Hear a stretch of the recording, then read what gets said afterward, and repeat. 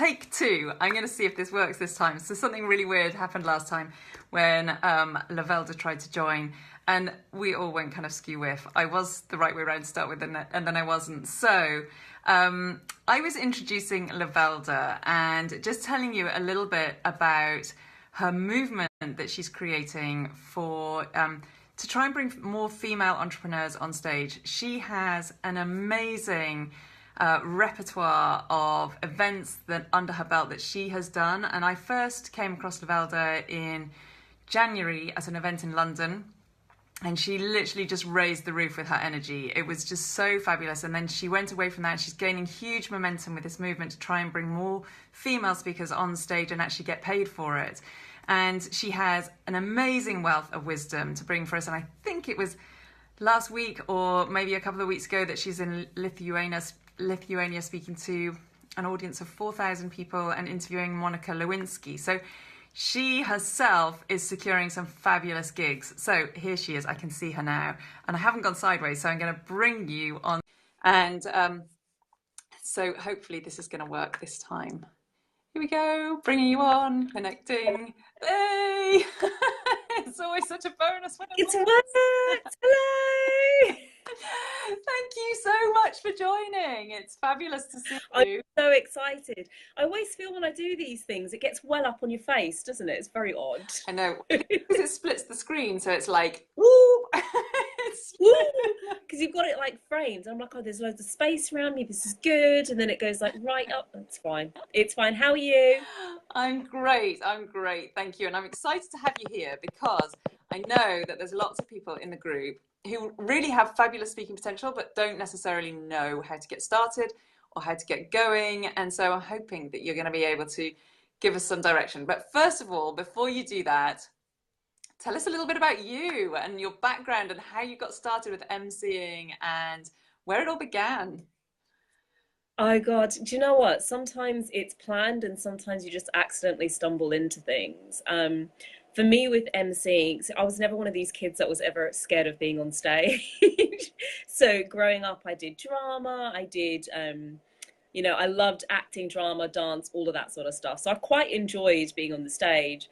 And I didn't mind speaking either. I think my first experience speaking, I was about 13 and in front of an audience of about 300 people. And it just never fazed me. It just was not one of these kids.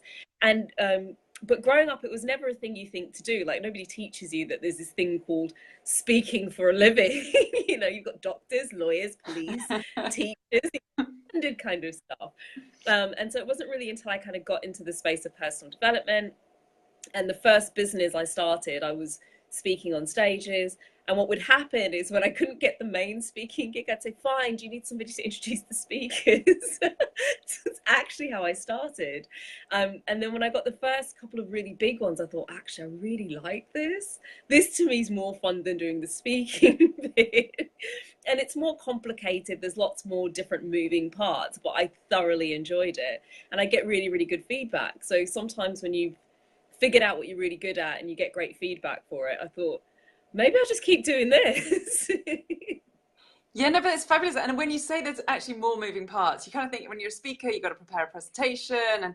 But actually, when I watch some of the footage of you doing your emceeing, I'm always really amazed at how switched on and clued up you are about what it is that that person does and what they're about to teach on stage and what their background is. And it's like, wow, you've had to really do your research about them and get to know them a little bit as well before you even bring them up. So, absolutely. Yeah, no, it's good. It's good. I was watching some of your footage about login. So, you know, you sent some of that footage from your, was it Lithuania that you were in? It was Lithuania, yeah, it's great. Okay, I couldn't remember if it was or not. But that just, I was watching that and I was like, just watching you on that massive stage, it's like, puts the fear into me. Because I'm like, that is something that I just cannot ever imagine, standing in front of that many people and just speaking. It's just not something I ever feel comfortable with. I did like, they were like, okay, cool, we're ready to start. And I was like, okay. You know, let's go. But once I get started, I just feel like it's a big group of friends. So I know for me it's fine, but I get it's not. I couldn't do websites, Vicky. So. I can tell you what, I can hide behind my screen and that's it. So help, I don't know. But so, okay, so tell me why you're so passionate now about bringing more female speakers on onto the stage. It's all interconnected to me. So my firstly it started because I was just really aggravated because emceeing, I'm introducing a lot of people onto really large stages, and it frustrated me that I just, the proportion of women to men was just, for me, just not right. International stages, just not that many women. And I'm thinking, this is what we do. We talk, we're really good at it.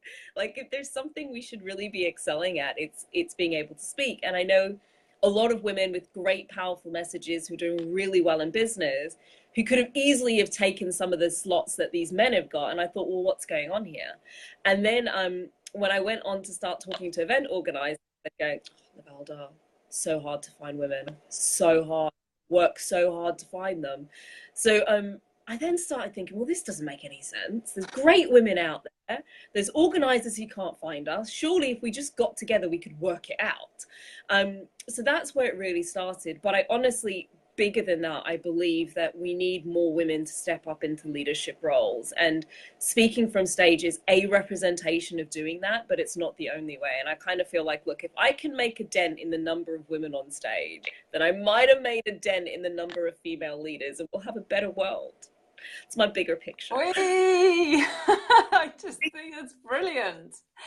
So, okay, so if you are a female entrepreneur, or actually any entrepreneur, it's all relevant, right? But you're specifically trying to build up this movement of female entrepreneurs getting on stage. If someone's starting from scratch, what is your top tip for people to get speaking gigs? I know you've got loads of them, so this is kind of putting you on the spot, trying to pin you down. So for getting speaking engagements, I'd say there's two ways of doing these speaking engagements. One is some people are looking purely for the keynote, but I would guess that most people in this group run a business, and speaking would be a great way of helping to monetize that business further. In which case, rather than going for all types of speaking engagements, firstly, just get really clear on, and you should know this because you know your market for your business, like just the same audience. Because otherwise you're doing a lot of talking, but you're not going to get much back from it. Because there's different ways of monetizing your business or monetizing your speaking. And one way is to take free speaking engagements, but learn how to integrate a pitch or an offer into that engagement. And that allows you to, take that and turn it into money. So, but that requires that you're in front of the right audience. So regardless, it's pure business, like just get in front of the right people and understand who your message is for. Make sure you've got a really great message. But then beyond that, there are so many speaking engagements out there, so many, whether it is meetup organizers who are forever looking for people to come in, take part, whether it's the larger conferences, there's always, I think it's like one of these things, as soon as you're switched onto it, there's always opportunities out there. Some of the easy things that you can do to start attracting them towards you. If you've got LinkedIn profile, at least put up there that you do speaking engagements. It sounds really basic, but the number of times people miss out on opportunities because, people just don't know that that's something that they do. So just, put it out there. So just start announcing it as a starter for 10. Look, I'm doing this. Does anybody know any speaking engagements? I'd look for like industry related conferences. In particular, and then it's really just reaching out. I mean, the easiest thing that I do sometimes, it's literally, I'll see an event, I think that's a really great event, I wonder if they've got a host. like it's not, I'm not doing anything particularly out there. I get to know exactly what sort of events that I like.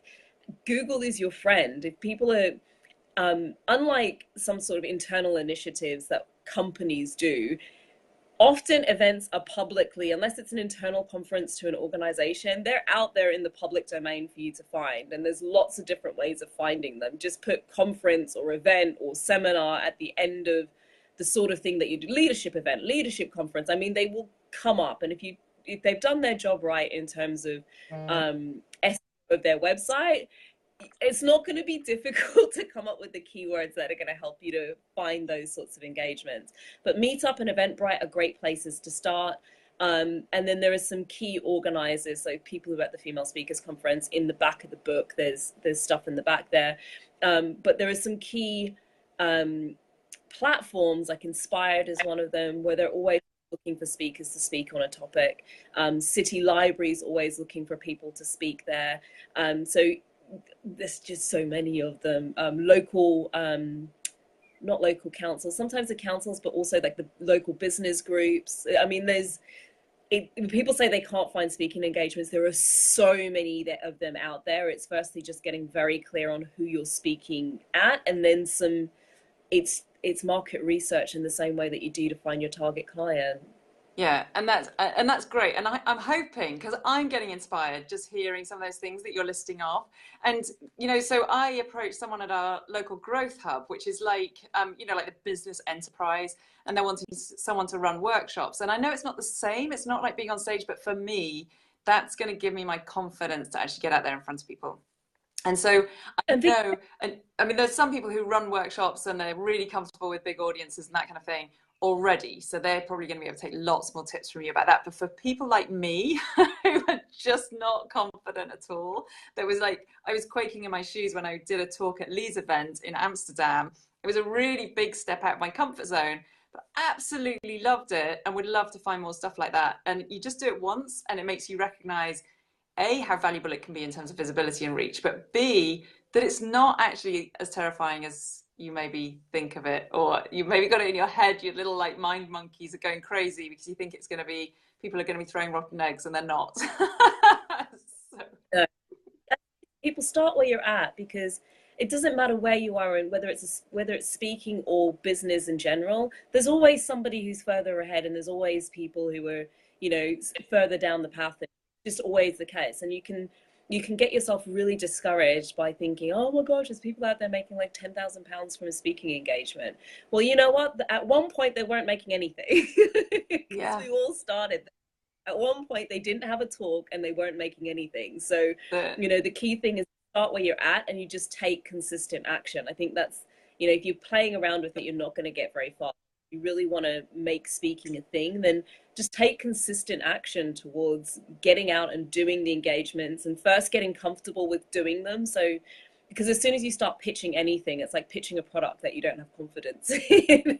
You're still pitching something, you're pitching yourself. And once you get more and more comfortable, then it's easier to say, okay, cool, I'm going to come and do the speaking engagement, and it's going to be £3,000, because you've got the confidence that sits behind it, because you've done it a little bit before. It's like anybody who started in coaching didn't start by charging £10,000 a session. You just don't do it because there's no conviction behind that, because you don't believe it yourself. So yeah, I'd say for people who are like early on in that stage in terms of learning how to speak and getting comfortable, just remember to just start where you're at. And the fact that you're taking action in and of itself is a big thing. Yeah. Fabulous advice. So tell us a little bit more about next year's Female Speakers Conference, because it was just it blew my mind what you managed to cram into half a day this year. And I'm so excited that you're doing it again next year, because even though I'm not a speaker, I got so much out of it. And so I would love for more people to know about it so that they can sign up and get their ticket early for next year. So can you tell us when it is? I think it's October next year, isn't it? Yeah, it's a Friday again. It's Friday the 11th of October. It will be a whole day event. It's probably 2 events, to be honest. I'm still talking Anik into it because she's telling me no, but I'm gonna win. Anik's my co-creator of the Female Speakers Conference. So this year we did half a day conference and awards, and I'm not entirely sure how we managed to get quite so much into half a day, but we really did. And so next year we want to do the conference for a whole day, so we've got more time. We're still working out the details of it, but I suspect we'll start doing like little breakout sessions and work groups, as well as the keynote talks. And then in the evening, I want to go full out with a full-blown like gala dinner. Ooh. But Anik's like, really? Come on, I need to get a new frock. Oh, that sounds fabulous. It's for female speakers, like regardless of where you are, but we really focus on the business of speaking rather than the skills. So we're not doing a lot of stuff on like how to stand and project your voice and all of that sort of stuff. That's a different conference. This one's very much saying, how do you monetize your speaking? How do you brand yourself? How do you market? How do you sell? where should you put yourself, how do you find speaking engagements, what should a contract look like, all of the business related elements to saying I'm taking my speaking seriously and I really want to start to have this be a credible, recognizable, repeatable revenue stream for me. Yeah, fabulous. And so, if people can't wait until October next year to get a little slice of Lovelda, then how do they find you and what have you got going on and what do you offer if people are wanting some kind of coaching or some kind of learning that you can offer them around about getting speaking gigs? I'm so happy you asked. I've got a few different things. So a world-class female speakers is a Facebook group. Similar to this group, we do a live training call once a week on different topics. So we have spoken about speaking bureaus, we've spoken about how you get video footage, we've spoken about TEDx talks. So I bring in an external speaker and we dive deep into a particular topic. And it's done via Zoom, so we have the opportunity to ask questions. That's completely free to join. It's a great little hub, especially if you're starting out, but regardless of where you are in your growth, because we all help, we pitch in and help each other out and ask questions. So we get questions like, what do you think of my video footage? And I've got to get an opportunity and I don't know how to price it. You know, all raft of things really related to the business of speaking and celebrating people's successes. For women who are like, okay, I've been doing this for a little while, I've got a little bit of footage, I've heard something you've said and I'm now thinking, eek, I probably really haven't been thinking about this as a business, or you really just, you know, open my eyes that maybe I need to look at footage and do I need a YouTube channel and how does that all work? I am launching in August a mastermind for female speakers. It's called Quantum Leap Your Speaking Business. Oh, fabulous. And really, yeah, I'm very excited. So it's for 8 women only, application only. So if you're interested, like, let's get on like a half-hour chit chat and see the suitability of you to the program. But what we'll be looking at is the speaking industry, firstly, like what types of speaking engagements are there, where can you potentially monetize your speaking. Then we'll be looking at your speaker profile, because when you really want to get paid high paid speaking engagements, your profile is important. The only way I can think to describe it, it's like you see the Travelodge, but their price tag is the Ritz, and it doesn't make sense. So same way with the speaker, people are going to Google you. They want to look at your video footage. And if your profile online, not necessarily your following, but your profile isn't of the professional standard with the right components in it, then that can hinder your ability to get the higher paid speaking engagement. So we'll be doing an audit of your profile. We'll then be looking with that, re-evaluating that with a brand consultant. I've got a speaker bureau agent coming on board as well to talk about your bookability. So we'll be identifying where the gaps are, and then over the 6 months starting to fill those gaps, as well as, you know, teaching around how do you find those speaking engagements, what sort of, you know, get your bio, all that stuff, like really slick. So by the time we're done, your profile is going to say, pay me, pay me, pay. You won't have people calling it's free anymore. It's like when you say what's your budget, they're kind of going to be expecting that question. That's fabulous. That sounds so appealing. And that's, yeah, I can just imagine it's such a valuable service. Like, so when I'm ready to become a full out speaker, I'm going to be in there in your mastermind, Lovelda, bumping shoulders with you. But, Hey. okay, so the first thing really for people to do is hop over into your group and really get a real taster of you there, and then hop onto a call with you if they're interested in your mastermind. Should be fabulous. Absolutely. And I'm really, yeah, have a chat with you there. So okay, well, I know you've got so much more that you can give, but I think people can get a really good snippet of everything that you offer in your group. So I think that's the best place for them to hop over there. And I'm just so grateful for you being here. And honestly, you inspire me every time I speak to you about speaking, because it's one of those things I think, I'll get to it next week. Oh, I'll do some stuff about that next week. And I never do. And now I feel like, okay, I need to be seeking out more of these small opportunities where I can just start getting out there and start really positioning myself as a speaker in my own mind as well. it's really positioning your expertise. It's like you have all of this knowledge, and it's so, you build such a relationship with people when you're face to face. So why just do one when you can do that one to many from a stage? And when you know your stuff, you've got that as your comfort blanket when you're on the stage, whether it's delivering a workshop or a keynote, you've got that behind you to say, I can answer any questions from this group, because all it is I'm fielding a group conversation rather than a one-to-one, and it's new faces that you don't have to find. You build such a deeper connection. So it's, yeah, I recommend it for anybody who's in business, especially when you're growing your business with like one-to-one clients, like getting in front of groups of people. It's just it's a cheap way of marketing, think of it that way. Yeah, well, so I'll tell you what really surprised me after I was in Amsterdam, and I was in Lenka's group actually. I had just suddenly noticed that people were tagging me on a post, and someone had asked for a WordPress specialist. And literally, I mean, it was almost embarrassing. There were so many people who'd commented, said, ask Vicky Etherington, speak to Vicky Etherington. These people that I'd never even worked with, but had seen me speak in Amsterdam. And I was blown away. I was like, wow, that's incredible that all of a sudden I'm getting all these recommendations from people who I don't even know. And it really highlighted that I need to be doing more of that stuff, because it was just, it blew me away. It was like that one little, like 20 minutes up in front of some people, and it had that much effect. I was really, really surprised. So I think, you know, if you're doing it on a regular basis, it's going to have that ripple effect, isn't it? And that just, you know, you're suddenly going to get that exponential growth that all of us are looking for, because all of us want to grow, all of us want more visibility. And yeah, it seems like a no-brainer, and yet we're not doing it. So yeah, thank you for coming and talking to us. And I'm sorry that we've got so few people on the call this morning. I've realized it's school run time, so it was late in the day, and I apologize because that was my fault, because I set us back. But I know that lots of people are going to watch the replay, and get loads and loads of value from this. So thank you for joining us in the group. And welcome on, hearing from all the replay viewers too. Yeah. Thank you, Lovelda. Enjoy the rest of your afternoon. You too, Vicky. It's been a blast. Mwah. Thank you. Ciao. Bye. Bye.